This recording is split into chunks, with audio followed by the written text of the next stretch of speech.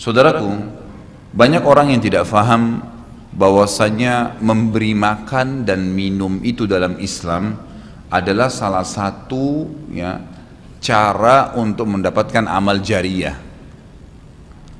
Jadi banyak orang memikirkan amal jariyah itu hanya membangun bangunan, hanya membagikan Al-Quran sehingga dihafal. Intinya fisikal, bentuk materi saja atau material ya. Lebih ke masjid, lebih ke bangunan, lebih ke jalan, lebih ke sumur gitu kan. Padahal sebenarnya ada hal-hal lain yang bisa menjadi penyebab amal jariyah, di antaranya makanan dan minuman. Jadi hadis Nabi SAW yang sahih riwayat Imam Ahmad, ini rahasianya di hadis ini. Kata Nabi SAW, ma wudi'a ta'amun illa wada'allahu fihi barakah. Tidak ada makanan atau minuman yang dihidangkan untuk orang lain kecuali Allah, atau dihidangkan buat diri sendiri juga masuk sebenarnya, kecuali Allah jadikan bagian dari makanan dan minuman itu berkah. Maksudnya berkah apa? Kata para ulama, dia akan berada di tubuh orang yang mengkonsumsinya selama dia masih hidup. Jadi begini, orang tua kita semua, Bapak Ibu sekalian, orang tua kita seperti saya, orang tua saya misalnya, pada saat saya ceramah di masjid ini, saya mendapatkan pahala karena menyampaikan agama Allah, insya Allah, bila diikuti dengan keikhlasan. Semoga Allah ikhlaskan niat kita. Orang tua saya panen pahala saya. Kenapa Bapak Ibu sekalian? Karena saya tumbuh dari ASI ibu saya, dan saya tumbuh dari nafkah ayah saya. Makanan, minuman yang saya makan selama ini sehingga membantu pertumbuhan badan saya menjadi besar dan akhirnya saya bisa hidup, maka itu menjadi amal jariyah. Makanya dalam hadis riwayat Imam Muslim, seorang sahabat bertanya, ya Rasulullah, ayyul islami khair? Perbuatan apa dalam Islam yang khair? Khair ini yang baik sekali, pahalanya besar sekali, selain yang wajib, yang sunnah-sunnah aja nih. Nabi SAW tidak mengatakan perbanyaklah sholat sunnah. Kenapa? Sholat sunnah secara individual, puasa sunnah, zikir, ngaji, bukan. Karena orang ini mengatakan khair artinya yang banyak sekali pahalanya, banyak sekali manfaatnya dan ringan, sunnah. Berarti orang lain bisa merasakan. Apa jawaban Nabi SAW? Tut'imut ta'am wa tusallimu ala man ta'rif wa man lam ta'rif. Engkau memberikan makan dan minum kepada orang yang kau kenal atau kau tidak kenal, memberi makan umumnya, dan engkau menyebarkan salam kepada orang muslim yang kau kenal atau kau tidak kenal. Tapi saksi bahasan kita potongan awal hadis ini, di mana Nabi SAW menjadikan amal yang paling baik, besar pahalanya dalam Islam ternyata memberi makan dan minum orang lain. Kok bisa? Bukankah dalam secara akal kita, kalau kita makan dan minum kan habis gitu kan? Ternyata yang dibuang oleh tubuh itu yang tidak dibutuhkan saja.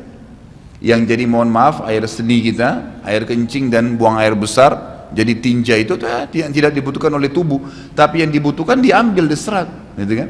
Dia akan menjadi bagian daripada otot-otot, urat-urat yang memang membutuhkan pembaharuan, atau bahkan menjadi bagian daripada darah di tubuh kita dan seterusnya. Tubuh kita terdiri dari 75% air, dan Allah SWT mengatakan dalam Al-Quran, a'udzubillahi minasyaitonirrajim, waja'alna minal ma'i kulli syai' hayy. Kami jadikan dengan air itu segala itu bisa hidup, dan memang seperti itu. Manusia bisa hidup dalam sebulan tidak makan, tapi manusia nggak bisa hidup kalau sebulan nggak minum. Bukan sebulan, seminggu nggak minum.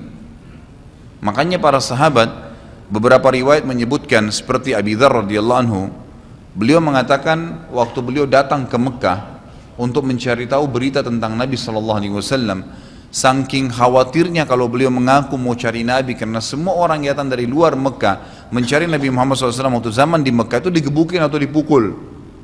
Dia dari suku Kifar, dia khawatir.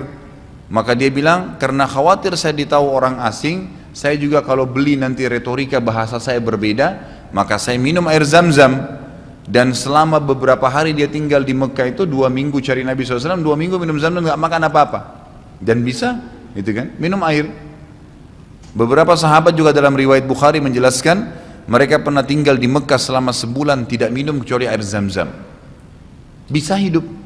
Apalagi memang Zamzam punya kelebihan ya. Zamzam itu kata Nabi SAW adalah makanan dan minuman yang menyehatkan dan mengenyangkan. Tapi intinya air gitu kan, intinya air.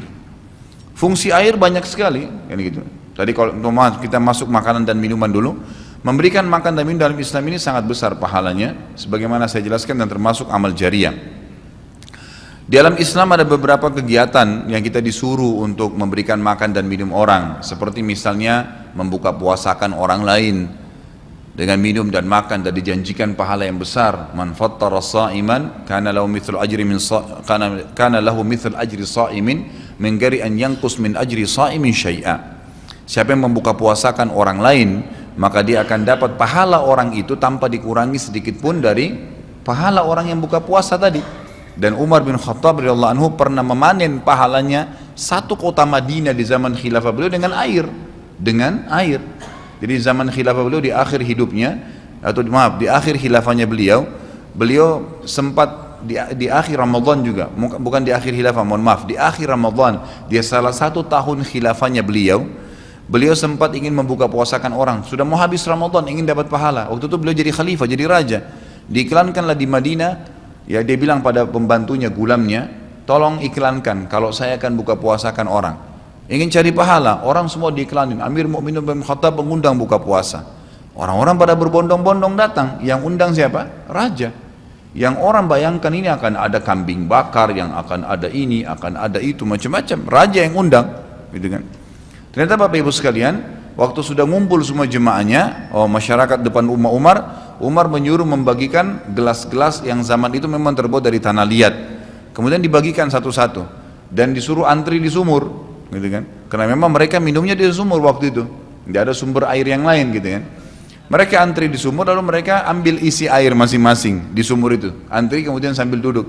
Setiap kali seseorang di antara mereka dituangkan air di gelasnya, mereka berkata, mungkin sebentar keluar kurmahnya, makanannya, dan seterusnya. Begitu terdengar azan, kata Umar kepada pembantunya, sampaikan kepada seluruh muslimin, silakan berbuka puasa dengan air yang ada di tangan mereka. Maka dia pun mengatakan, silakan buka puasa, dan selesai segelas air ini, maka selesai buka puasanya Amir Mu'minin, gitu. Orang akhirnya bubar, tapi pada saat itu orang faham Umar bin Khattab ingin mencari pahala orang, gitu kan, ingin mencari pahala saja. Dan ini sudah saya tekankan, kalau menjelang Ramadan, Anda juga bisa ikuti pengajian saya di YouTube, ada judulnya Dahsyatnya Ramadan. Salah satunya itu kalau tiba Ramadan, ikhwah, maka maksimalkan waktu membuka puasakan orang. Apa susahnya membeli sedus air, ya, air mineral, berapa harganya? 20.000, 30.000, 20.000 rupiah kalau nggak salah ya. Air mineral gelas, isinya berapa? 40 sekian. Baik, kalau kita bagiin di masjid, satu orang minum 1 gelas, kita dapat 48 pahala orang buka puasa. Nah, itu luar biasa, hanya dengan 20.000 rupiah. Tapi anehnya banyak orang tidak mau amalkan, padahal itu termasuk selain amal jariah, dapat juga pahala buka puasakan orang lain. Nabi SAW dan juga merupakan ciri para nabi-nabi, mereka itu paling senang mengikram tamunya, dan beliau menjadikan sebagai sebuah prinsip dasar dari iman kepada Allah dan hari akhir, sebagaimana beliau bersabda dalam hadis Bukhari Muslim, man kana yu'minu billahi wal yawmil akhir falyukrim daifahu. Siapa yang beriman, mengaku beriman kepada Allah dan hari akhir, maka dia harus mengikram itu, melayanin, memberikan makan dan minum, ya, mengucapkan tutur kata yang baik bagi tamunya. Intinya memberikan makan dan minum dalam Islam ditekankan sekali, karena itu juga termasuk, ya, amal ibadah, amal jariah dan amal ibadah yang akan mendapatkan pahala. Jadi ada 2 sisi pahala yang didapatkan selain amal jariahnya, selama dia makan dan minum kemudian itu masih ada di dalam tubuhnya, maka berarti itu akan terus menjadi amal jariah. Kata para ulama, dia akan terus menjadi amal jariah pada saat seseorang tumbuh besar. Kayak kasus seseorang manusia tadi, orang tuanya, ayahnya carikan nafkah yang halal, ibunya kasih ASI, dan dia tumbuh besar dari situ. Tumbuh besar ini ternyata menjadi otot-ototnya, menjadi komponen dari tubuhnya. Kemudian dia menjadi besar, lalu dia menikah. Dari komposisi tubuhnya tadi, ternyata ada yang mengalir di sperma dia kepada anaknya. Kemudian anaknya tumbuh besar juga dari situ, dan seterusnya. Jadi amal jariah selama masih ada manusia itu. Jadi seperti itu luar biasanya gitu. Di antaranya tadi saya bilang, kita bisa mendapatkan pahala dengan buka puasakan orang. Yang kedua, mengikram orang. Mengikram ini memberikan, menyuguhkan sesuatu buat tamu. Ya. Termasuk ya, yang dianjurkan adalah sering-sering ya, mentraktir orang lain. Ada kultum saya itu. Subhanallah, saya isi salah satu pengajian di salah satu kantor di Sudirman ini. Sampai saya dibisikin, Ustadz, setelah saya nonton di YouTube ceramahnya Ustadz tentang traktir, ini teman-teman semua pada berebut nih, saling traktir-traktiran gitu. Jadi nggak lagi nunggu temannya yang bayar, tapi dia yang bayar duluan. Ternyata itu amal jariah ya Ustadz ya. Oh iya, amal jariah. Kan gitu, memberikan makan orang. Bayangkan kalau dia makan dan minum dia kenyang, kemudian ada yang jelas pasti ya, makanan minuman yang dimakan dan diminum itu pasti ada bagian yang akan menjadi komposisi tubuhnya, nggak mungkin semua terbuang. Maka itu berarti akan jadi amal jariah. Apalagi kalau dasarnya yang kita berikan makan orang-orang yang bertakwa, orang soleh, luar biasa, makin kuat dia beribadah. Ciri Nabi Ibrahim alaihissalam, Nabi Ibrahim itu malah luar biasa ikramnya ya. Dia suka dengan tamu, sampai-sampai kalau dihidangkan makan, cirinya beliau nggak pernah makan sendiri. Pasti habis dihidangkan makan, dibuka pintu rumahnya, siapapun lewat dipanggil makan sama dia. Syekh bin Baz hafizahullah rahimahullah, beliau sudah meninggal.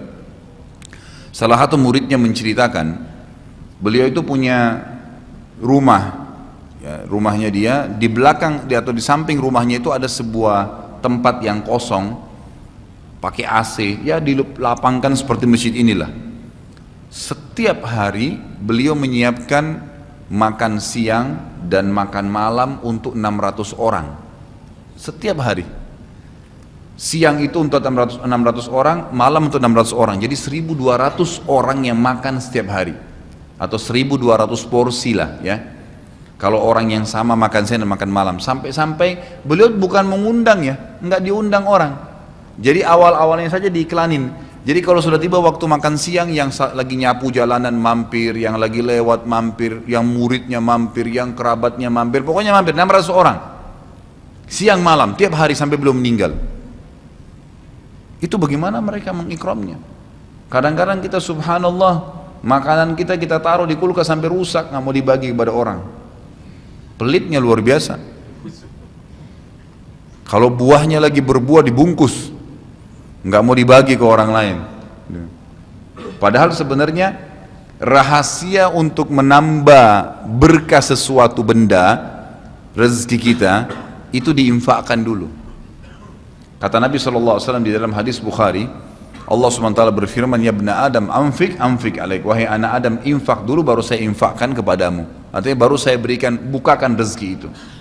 Kita kalau mau otomatis ya, spontan, begitu dapat makanan, ada makanan terus langsung dibagi langsung pada saat itu. Nih bagi sama teman misalnya, atau kita porsinya sebagian, atau kita beli bungkus yang lain. Ini saya beli satu bungkus makanan 10.000, beli satu bungkus yang lain khusus kasih fakir miskin, sebagai tanda syukur terhadap makanan tadi itu. Langsung diinfakkan. Itu spontanitas, tidak berhenti rezekinya tuh.